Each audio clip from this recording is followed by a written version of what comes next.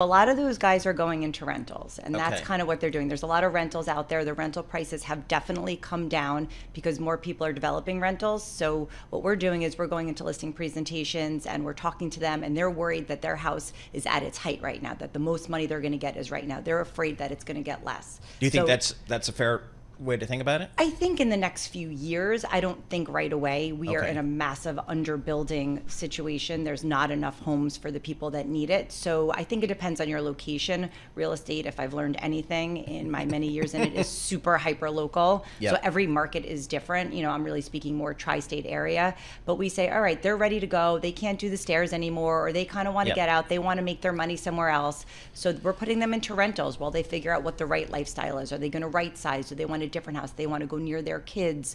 Do they want to go somewhere warmer? Do they want to go somewhere where the tax rates are more favorable? So they need to kind of figure out their life, and a rental is the best option for them to do that. And, you know, they'll do 6-month rentals, a year rental, and they have a good idea after a year where they really want to go.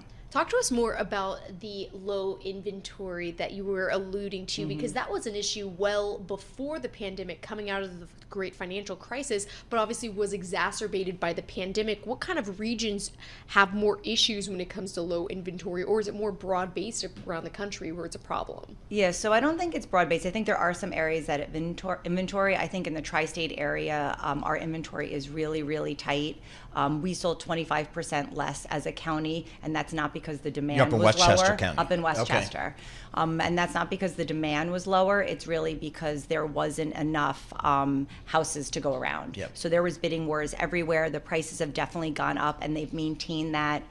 Prices that are homes that are priced right are going way above asking, hundreds of thousands over Really? asking. Still? If they're overpriced, they're sitting. People do not overprice your house. Price it right, you will get a bidding war. It happens every time, but if it's Wow. overpriced, it sits. So it's still happening. Contingencies in our area are still being waived. People are very used to the no mortgage contingency anymore. Really? And appraisal contingencies are going away because now we have 2 years of strong data of home sales that are higher priced. Yep. In the beginning of the pandemic, it was harder. Homes weren't appraising That's- because yeah. because you know we didn't have any data. It was so much lower than it was 6 months ago.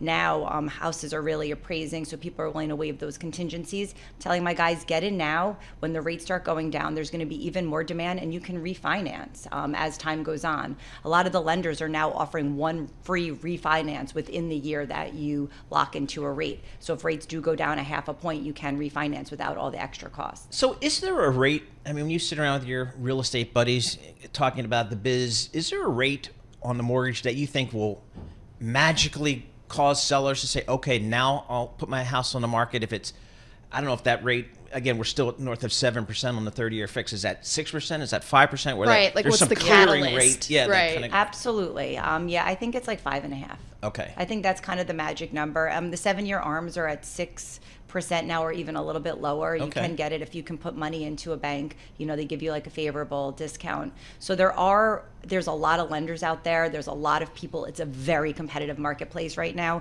You can definitely get a better rate than what you're hearing on like the national average, and it's very Okay. county based. So some counties have lower rates than others. But I think 5.5 is like the right number where you're going to see kind of the floodgates open up. But people still have to move. People are getting Yep. married. People's homes are, families are expanding. People have job changes. So there is still always going to be an influx and flow. But my advice would always be to get Like in in before Westchester that. County, it's such a great place to live. It always has been a great place to live in the metro New York area. Did you see a meaningful, during the pandemic, I'm just going down to Florida, I'm done. I'm done with Westchester, I'm done with Connecticut. Yeah, Did you see that? absolutely. Anybody whose jobs who can take them where they didn't have to be in the office, or they had more flexibility. People were going for a better quality of life, warmer weather, lower, taxes. Yep. Yeah, a lot of people, everybody was going down to Florida. We've had a ton of people come back though. The real world has set in. New York is where it's at. Sorry. That's what I was Yep. curious about. Is how have Yeah. things shifted then from when A you lot were of people- broker and a during lot the of- peak of COVID to now? Yeah, a lot of people have come back in our area, and a lot of people kind of made poor pandemic choices, and now they're kind of fixing that. So they're changing. They're not necessarily happy. They were going wherever they could get a house.